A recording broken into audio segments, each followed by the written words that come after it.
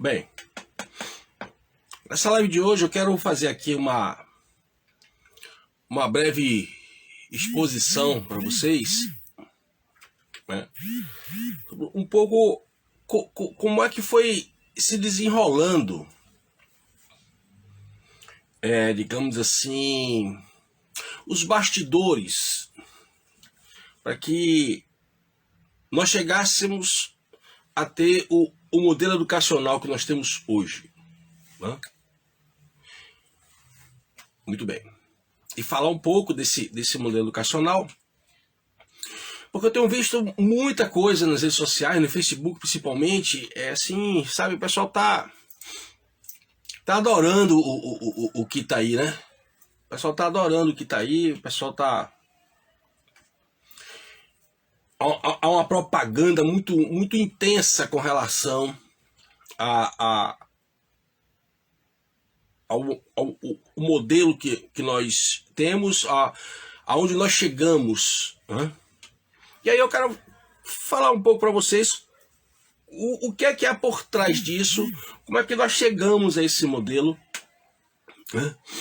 E o que é que isso implica de fato para aquilo que nós possamos considerar como educação ou ensino, né? Muito bem.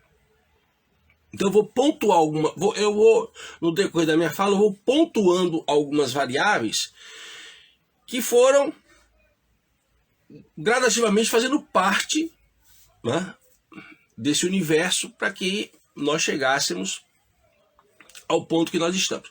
Lembrando que essa minha reflexão aqui, ela não é nada exclusivo com o Brasil, mas é claro que nos diz respeito diretamente, mas já salientando que o problema é muito maior do que, é uma coisa, digamos assim, é mundial e particularmente ocidental, né? Muito bem.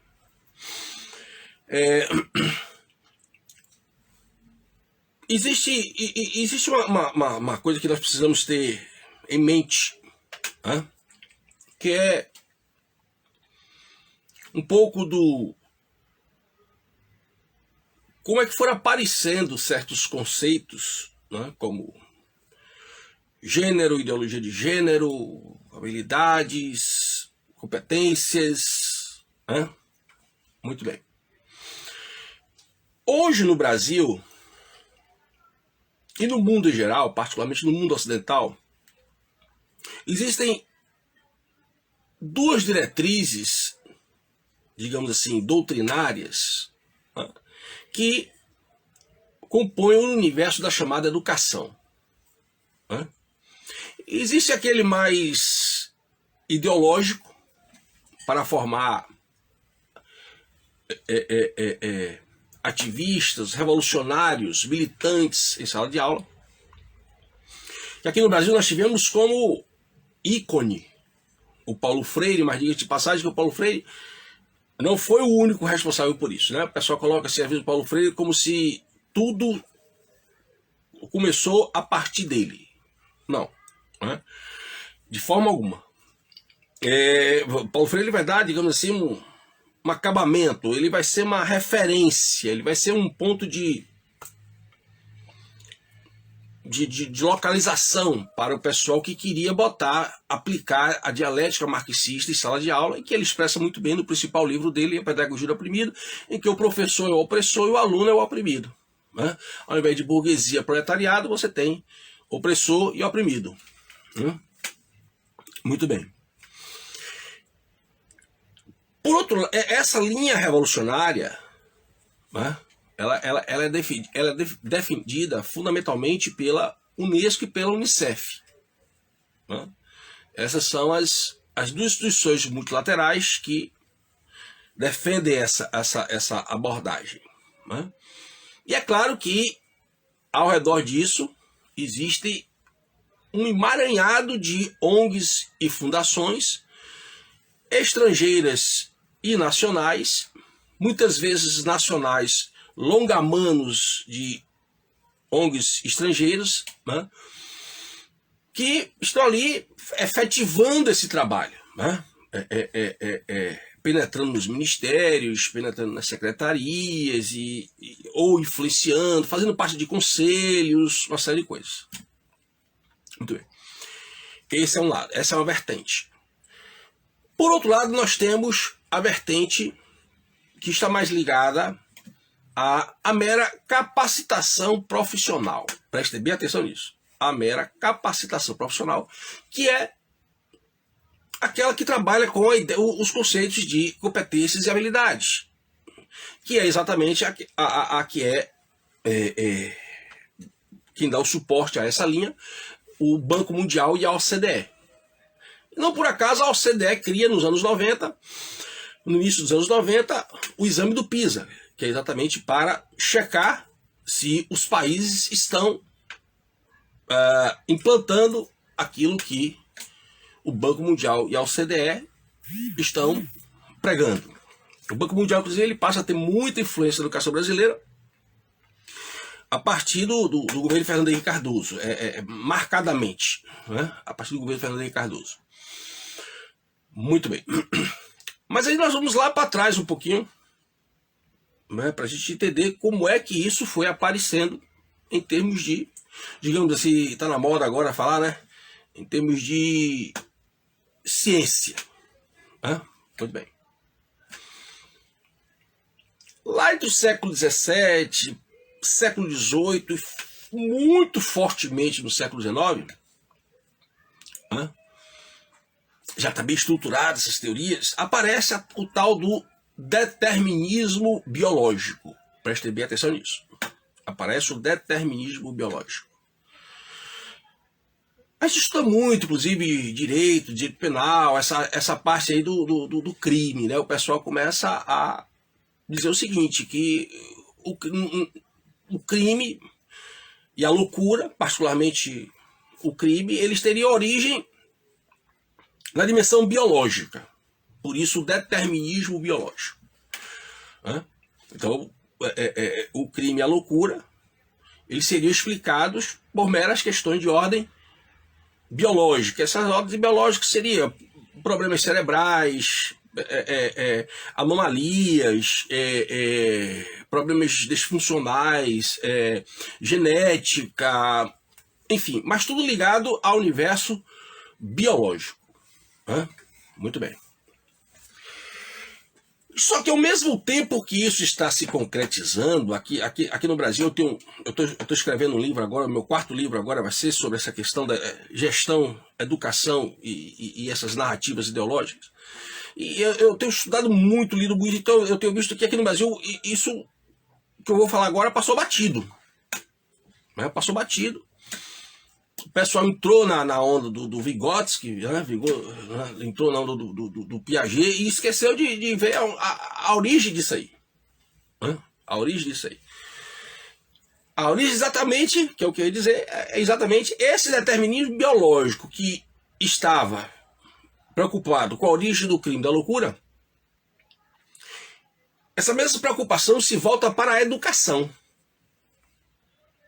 Mas dentro da educação, para a questão bem específica acerca do entendimento. Se você pegar lá o século XVII e XVIII, filosofia moderna, os caras vão estar muito preocupados com essa questão do entendimento. Porque naquela relação entre teologia e filosofia medievais, a questão do entendimento sempre esteve muito ligada, eu estou sendo aqui muito resumido, claro, sempre chamo a atenção desse detalhe, sempre esteve muito ligada à questão da inspiração do Espírito Santo, a questão da alma humana, né? O educar até a Idade Média, ela está muito voltada para educar fundamentalmente, o ensino voltado fundamentalmente para a alma humana. Isso é muito importante.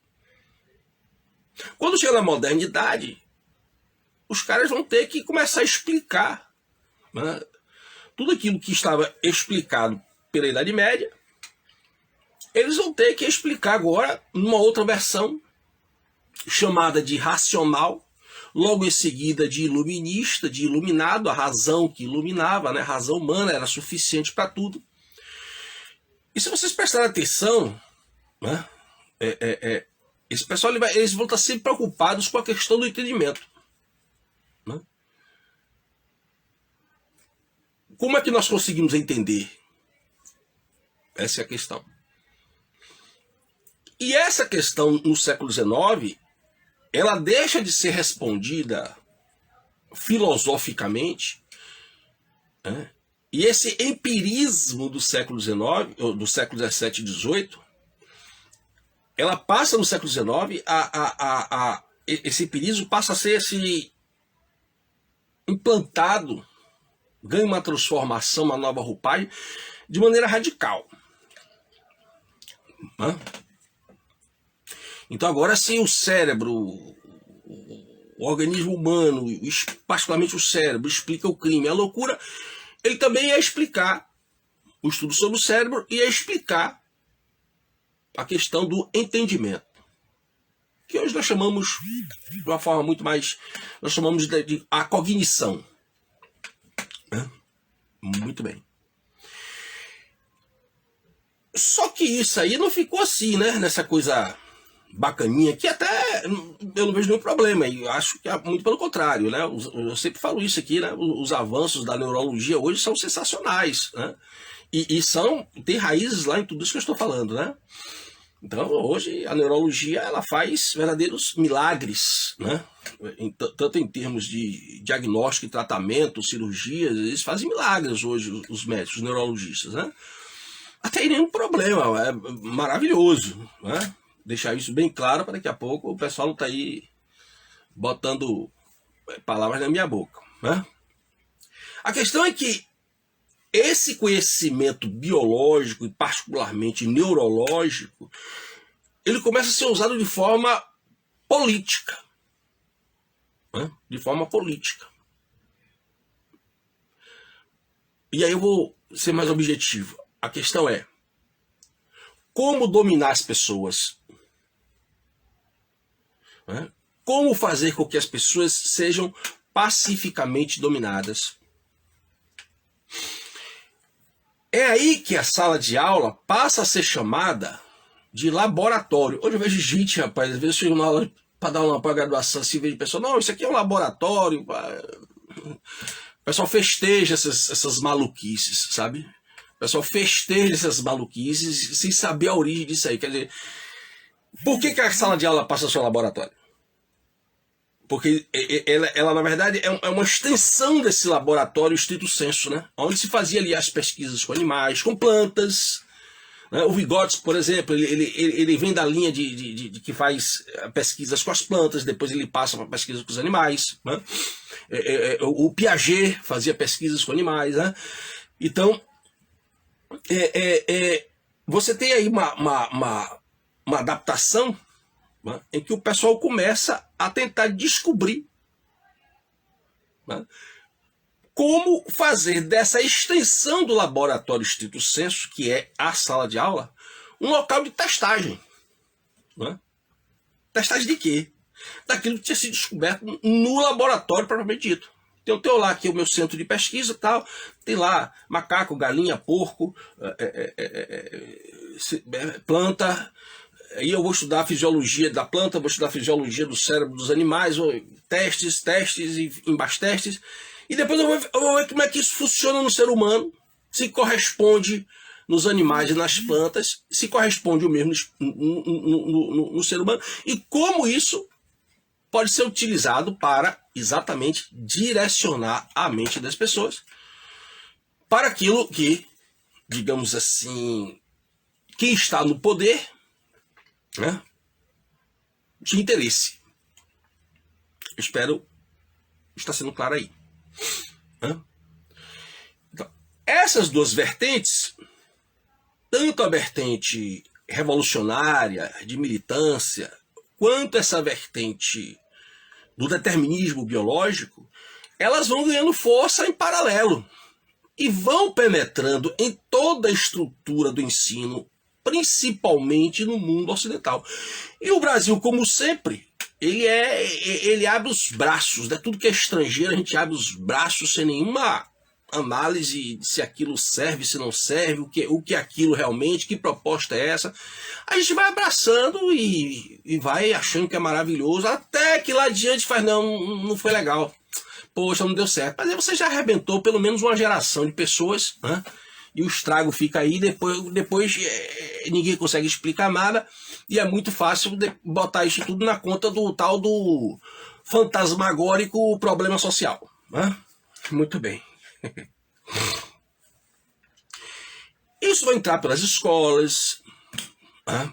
Isso vai migrar para as universidades, e das universidades então vai ser muito forte, porque termina que se a princípio você vai ter uma forte influência disso aí nas escolas, tratando aí de crianças e adolescentes, porque exatamente seriam mais fáceis de serem, digamos, formatados, isso tanto no campo revolucionário quanto no campo do determinismo biológico, né? Isso logo chega na universidade, porque além de testes está sendo feito lá também, os próximos professores que vão sair de lá vão ser professores já formatados. Estou usando a linguagem atual para me fazer entender. E aí pronto, aí você gera um ciclo vicioso, né? Onde o professor sai da universidade, ele entra na universidade formatado, ele sai mais formatado ainda, ele volta para formatar de novo, e aí fica aquele ciclo vicioso sem fim, tanto no aspecto revolucionário, quanto no aspecto do determinismo biológico, né? Muito bem. Aqui agora eu vou fazer uma pausa, né, nessa variável e vou trazer outras questões também mais ligadas à questão revolucionária e como isso ajudou a que essas duas vertentes penetrassem com mais força ainda nas escolas e nas universidades. Certo? Muito bem. Aí nós temos que levar em consideração fortemente o chamado movimento feminista. O movimento feminista ele tem um papel fundamental em todo esse processo revolucionário do mundo ocidental, né? As mulheres, de modo geral, que eu tenho visto, né, tanto pessoalmente, nas redes sociais, as mulheres acham que o movimento feminista foi que deu a elas o direito ao trabalho, a lei que garantia isso, garantia aquilo. Eu já disse várias vezes, até em palestra eu disse isso, que não tem ideia mais estapafúrdia, e eu não posso aqui me prender nesse histórico aí, que é um outro assunto, né? Pelo contrário, né? O feminismo, para o que aqui nos interessa, é o feminismo que ele começa.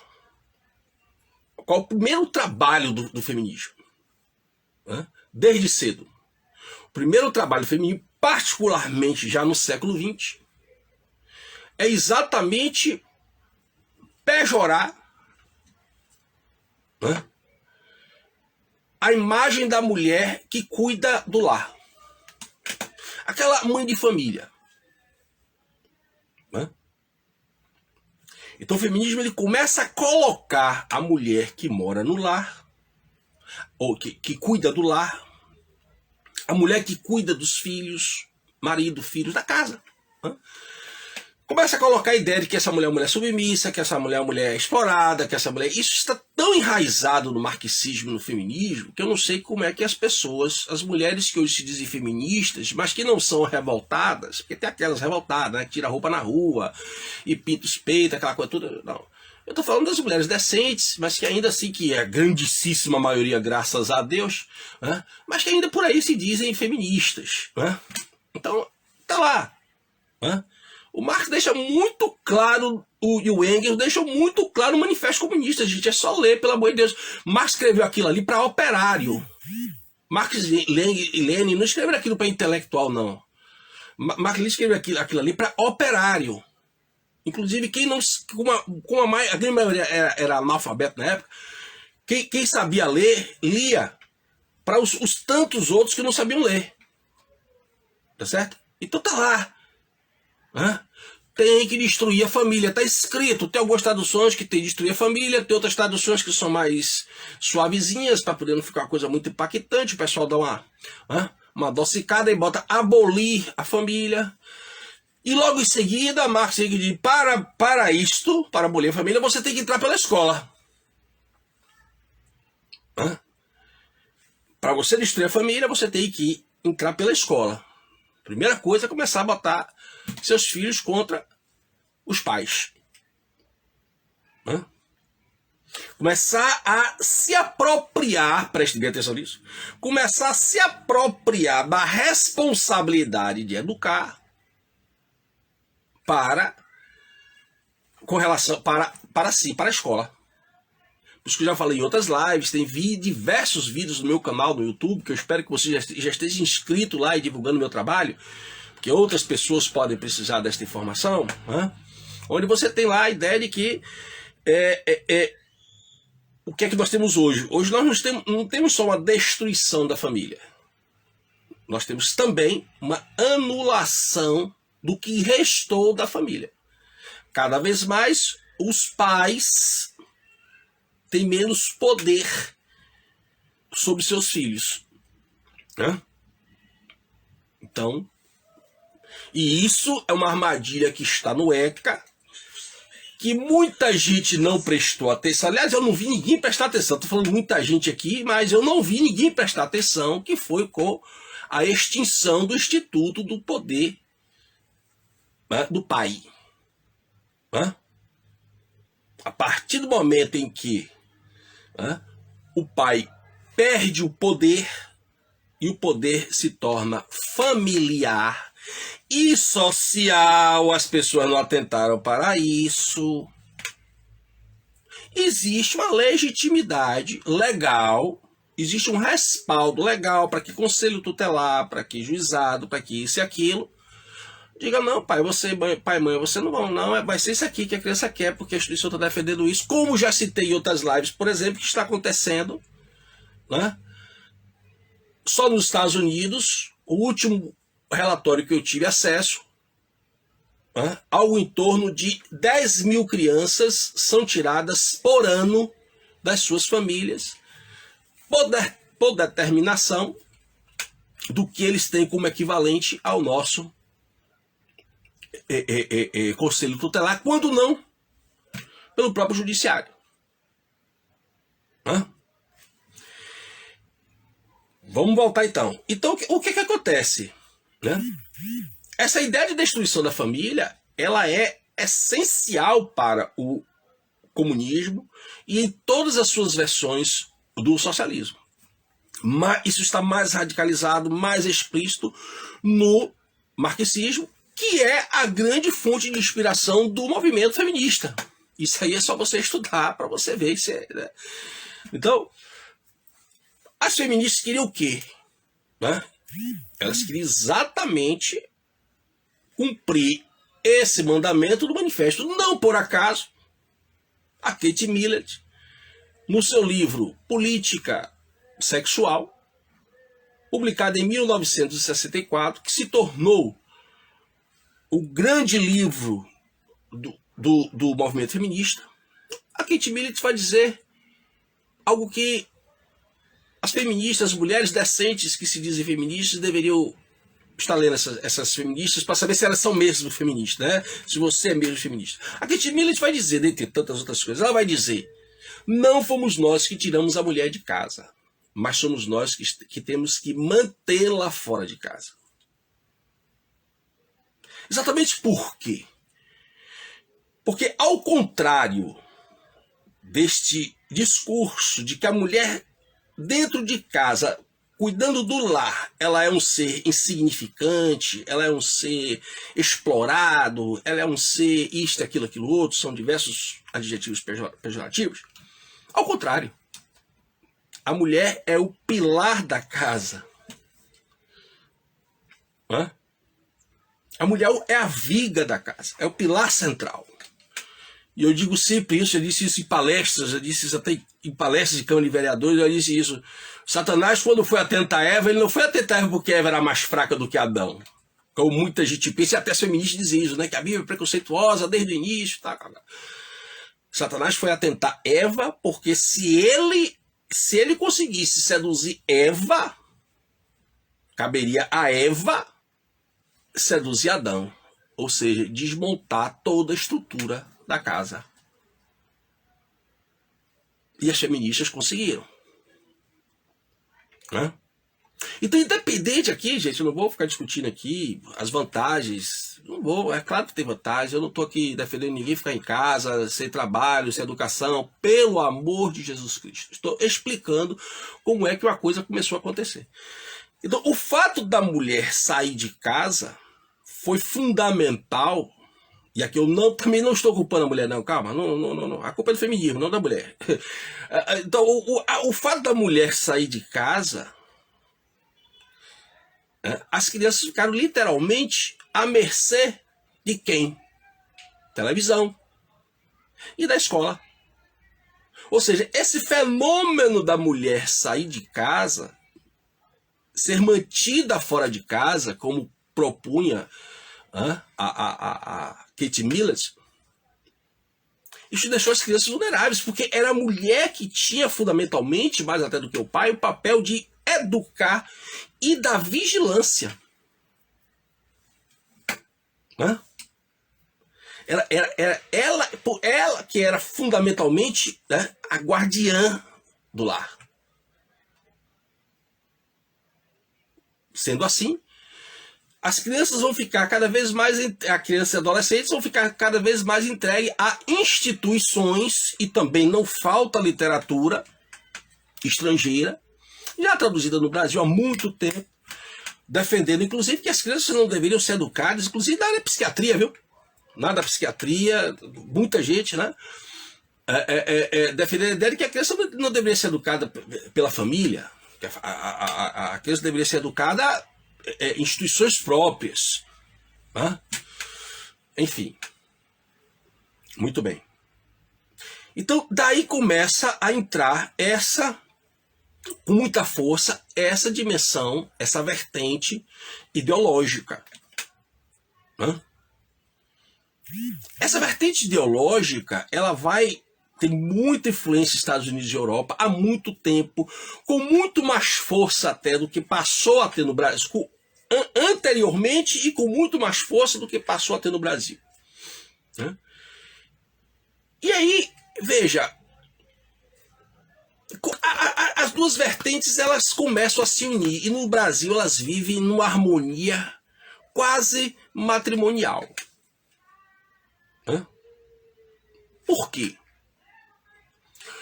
Porque o ponto de partida das duas, tanto o determinismo biológico quanto o modelo revolucionário, é o estudo do cérebro. Os caras estudaram a cognição humana, a fisiologia do cérebro, e descobriram, por exemplo, que você não pode ficar em dúvida por muito tempo sobre alguma coisa. O nosso cérebro, naturalmente, ele busca uma resposta, ele busca um ponto de definição. Não por acaso, vocês estão vendo e vão continuar a ver, tão na moda a ideia do debate. A ideia do debate é exatamente para lhe colocar em dúvida e o seu cérebro caminhar para uma decisão. Como o discurso revolucionário ele é muito sedutor, porque ele lhe vitimiza, e porque ele lhe dá não sei quantos direitos, ou pretende que você tenha. Ele está baseado no lema de Satanás: é proibido proibir, tudo é permitido. Então, você corre o risco grande de decidir pela linha revolucionária, pela linha mais sedutora. Principalmente se você não estiver em um daqueles dias, né? Se você estiver em algum daqueles dias, passando uma fase difícil da vida, às vezes até uma crise conjugal, né? Às vezes um problema de desemprego, enfim, tantos problemas que nós podemos passando na vida. Se você não está naquela fase boa e você ouve o cara chegar lá e dizer, não, você é oprimido, você é oprimida, você é discriminado, você é discriminada, e a culpa não é sua, a culpa é do Estado, é do governo, é da classe burguesa, enfim. Aí você fica com mais chance ainda o seu cérebro de optar por aquela parte mais revolucionária. Nesse sentido, essas duas vertentes, elas caminham um tanto juntas, porque todas duas vão impedir de você pensar. Grave bem isso. Aonde é que elas duas vão, né? De modos diferentes, com estratégias diferentes, as duas vão impedir de você pensar. Não existe maior falácia do que esse negócio de consciência crítica. Isso é um absurdo, não gosto nem de falar esse termo. Isso é um absurdo tão grande que eu também não vou poder me prender aqui para explicar a origem desse conceito, entendeu? Que o marxismo adotou, os revolucionários adotaram com tanta força, e você até fala, né? Tem que ter um conhecimento crítico, tem que ter um conhecimento crítico, meu Deus do céu. Entender é uma coisa, analisar é uma coisa, criticar é outra. Você precisa exercitar a análise e o entendimento. Crítica é uma outra coisa. Crítica é destruir. Crítica é desmontar. Então você não precisa estar desmontando nada, você não precisa estar desconstruindo nada, você precisa analisar para entender. Então, ao invés de você dizer pensamento crítico, diga pensamento analítico. Fica muito mais adequado, inclusive com as necessidades do nosso próprio cérebro e da nossa própria alma, da nossa própria existência. Nós precisamos analisar e entender e não criticar. E esse analisar e entender, é claro que nos leva a concordâncias e discordâncias. Normal, tranquilo. Mas o criticar, ele é fundamentalmente destruir. Isso está na doutrina marxista, claro. Claro. Desde Marx, passando por Lenin, todo mundo. O pessoal da escola de Frankfurt, todo mundo. Todo mundo. Vamos criticar o mundo, vamos destruir o mundo, pronto. Tem um que isso corre paralelo aí, que é o tal do desconstrucionismo, né? Que também vem de longe. Então vamos lá. Então, você vai pegar ali, você já vai ter então o quê? Você, na escola e na universidade, você não é dado a você o direito de pensar. Isso é uma ilusão, isso é propaganda enganosa. Não porque você tem que ter conhecimento crítico, consciência crítica. Não. Só o fato de você criticar, de você desconstruir, já está mostrando que você não entende, você não precisa necessariamente entender e compreender. Você precisa criticar. Tá certo? É muito diferente. Então, como eu disse, você não está sendo dada a você a possibilidade de você pensar. O que está sendo feito é ao contrário, completamente ao contrário. Você está sendo direcionado, você está sendo condicionado a pensar de determinada forma. Aí a gente já começa a se aproximar do que interessa aqui. Ou você vai pensar de acordo com o movimento revolucionário, aquele que você simpatizou mais, porque a sua vitimização levou a mais simpatia com esse ou com aquele, ou com uns 2 ou 3 de uma vez só, pode ser também, tem desse estilo, né? Ou você vai para o lado do quê? Do condicionamento cerebral para ser um bom técnico. Agora a gente já vai começar a chegar perto da cereja do bolo. Agora eu vou afirmar aqui. O máximo que a educação de nível superior prepara hoje no Brasil, o máximo é um bom técnico. Pode ser de qualquer área. É um bom técnico. Se tem uma coisa que o modelo educacional brasileiro não ensina, é a pensar. Ele ensina a criticar. E rapidamente, muito rapidamente, eu já fiz aqui uma muito breve diferença entre um e outro. Então você não vai para a universidade para pensar, você vai aprender a criticar. Ou ser condicionado a desenvolver, olha aí, as tais das habilidades e competências que meramente vai lhe colocar, se você conseguir, se você for um bom técnico e a economia do seu país estiver tudo bem, você vai ser um bom empregado. Você vai aumentar a sua empregabilidade. Vai ter mais chance de ter e manter o emprego e nada mais. Percebeu agora?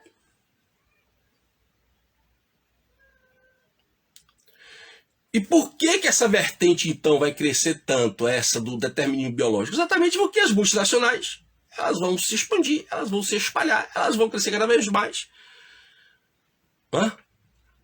E elas vão precisar de gente, mão de obra, para todo lugar ali, para trabalhar.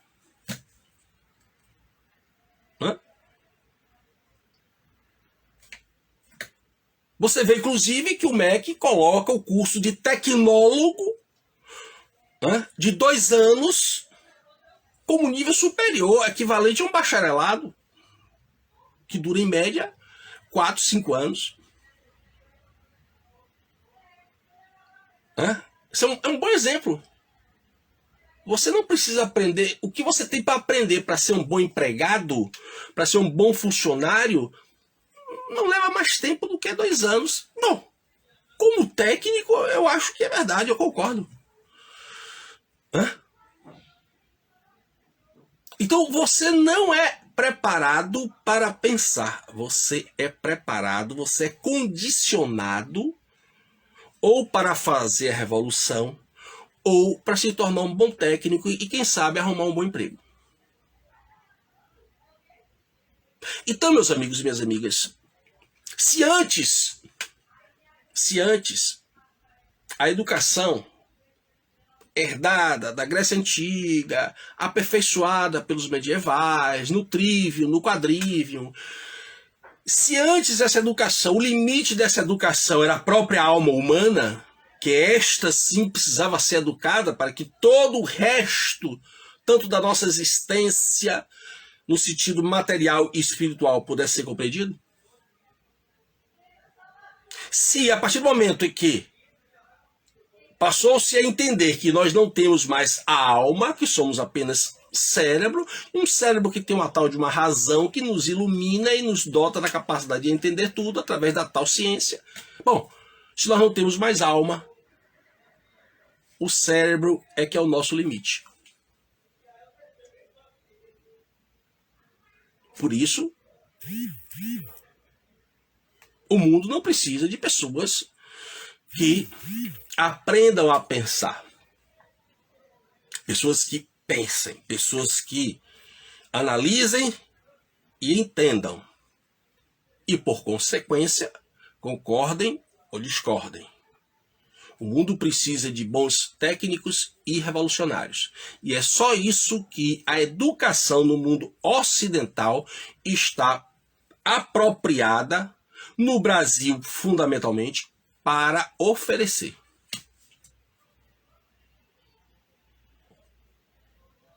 O que você chama de habilidades e competências são mecanismos que se descobriu em laboratório que o nosso cérebro tem.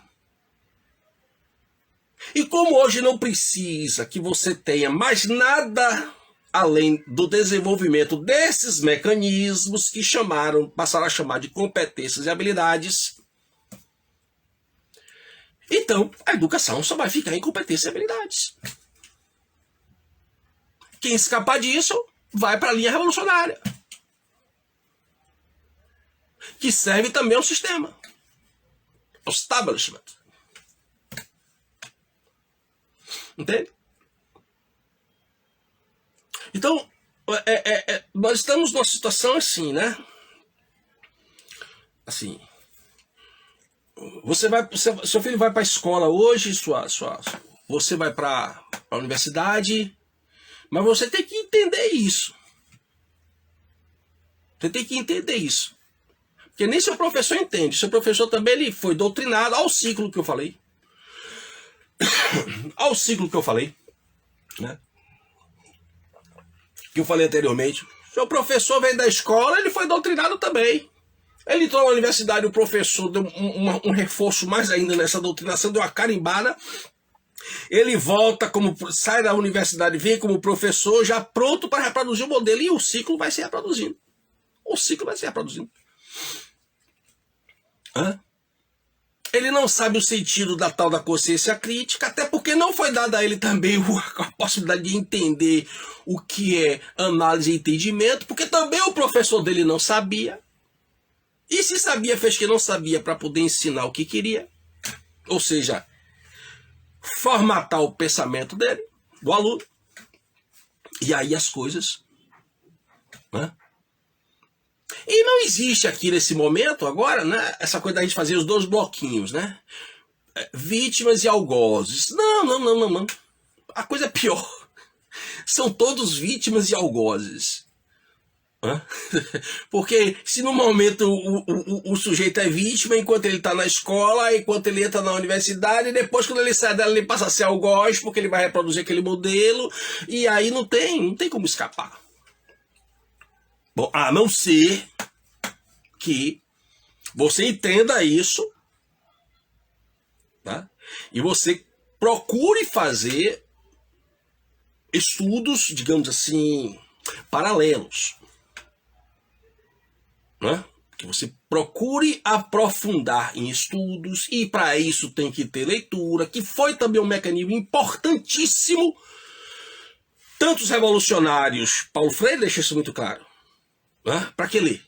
Leitura só se for revolucionária. Para Paulo Freire, o conhecimento que você tem da sua vida já é o suficiente para você debater com o seu professor, que é um autoritário. O conhecimento que o seu professor tem é um conhecimento burguês e repressor. O conhecimento autêntico é aquele que você tem que você adquiriu através da sua própria historicidade. Olha que coisa linda. Então, com isso você pode debater com o seu professor, mesmo que você não tenha lido absolutamente nada. Então, a questão é essa. Ou você entende e busca meios de, digamos, superar isso. E como eu estava dizendo, a saída da leitura em sala de aula. Porque se você olhar também o outro modelo do determinismo biológico, né, também tirou de você o livro da sala de aula. Não é por acaso que hoje você está tão na moda, que não é invenção da agora, mas está na moda show, os mapas mentais. Nada contra os mapas mentais, para efeito de conhecimento, para efeito de você pegar um raciocínio lógico de uma coisa, de um tema que você está estudando. Nenhum problema. Nenhum problema com os mapas mentais. O problema é você reduzir tudo a mapas mentais. Vá numa livraria.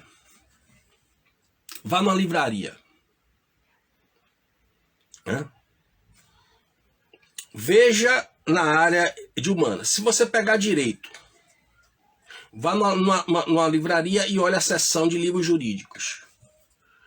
95% dos livros de direito no Brasil, das livrarias, são direito esquematizado. Veja se não tem lá, inclusive, direito esquematizado. 95%. Hoje, para você comprar bons livros de filosofia do direito, de doutrina, você tem que mandar buscar numa livraria dessa aí, virtual. Sai catando na internet quem tem. Às vezes não tem, não acha, baixar em PDF. Não acha para comprar o livro físico, vai baixar em PDF. Vá no campo da filosofia, da sociologia, chega lá na seção lá. Só tem marxismo. Foucault reeditando todas as obras de Foucault. até obras que não tinham sido editadas no Brasil. Escola de Frankfurt, eu nunca vi tanto livro do pessoal da Escola de Frankfurt sendo traduzido e publicado no Brasil. Marx, hoje você tem condições de comprar quase as obras completas de Marx. Né? E por aí vai. Né? Então você tem que ter muito cuidado até quando você for comprar os livros para ler. Pesquisar antes, buscar informações antes, para que você leia. É importante ler tudo, porque você só pode falar do que você estudou. Você não pode ler e estudar só o que você gosta. Você tem que ser muito fera naquilo que você também discorda. Porque quando você vai debater com o seu opositor, né, você tem que mostrar a ele, inclusive, que muitas vezes você sabe mais sobre aquele assunto do que ele mesmo. E aí você derruba ele no tal do debate. Fica a dica. Agora, pesquisar antes. Quem for o cara, pesquisar em vários sites. Você vai ter um monte de sites da esquerdalha revolucionária que vai dizer que o cara é lindo, maravilhoso. Né? Eu agora comprei aqui, eu consegui comprar aqui, ó, o 4º volume de História da Sexualidade de Foucault. Comprei agora aqui. Né? Eu tenho que ter paciência para ler isso, você tá entendendo? Eu tenho que ter paciência para ler isso. Eu já tô ficando velho. Eu tenho que ter paciência para ler isso. Porque o cara, velho, veio pra esculhambar, entendeu? O cara veio pra bagunçar. Aí ele tá falando aqui, puramente aqui desse quarto volume, que só tinha sido publicado no Brasil até o 3º. Nesse 4º volume, o cara veio com o sangue no olho pra querer esculhambar o cristianismo, o catolicismo, sabe? Ou ele não entendeu Santo Agostinho, por exemplo, dentre outros aqui que ele cita, ou ele não entendeu, ou ele tá afim de bagunçar, ou os dois. Não entendeu e tá afim de bagunçar também. Entendeu? Agora é isso. Mas você tem que ler, eu tenho que ler essa porcaria aqui. Porque senão como é que eu vou falar de algo que eu não li? Entendeu? Então é isso. Tá certo? Me desculpe se eu falei um pouco rápido aí, porque o assunto é meio complexo e é muita informação e não pode ficar muito tempo, né? Senão o pessoal reclama aí que demorou muito. Mas depois a gente vai destrinchando mais esses assuntos aí em outras lives. Depois, daqui a pouco, esse vídeo vai lá pro meu canal. Né? Dê um pulo lá no meu canal no Telegram, Prof. Oswaldo Bastos, meu canal no YouTube, Seminário Crítica e Crise.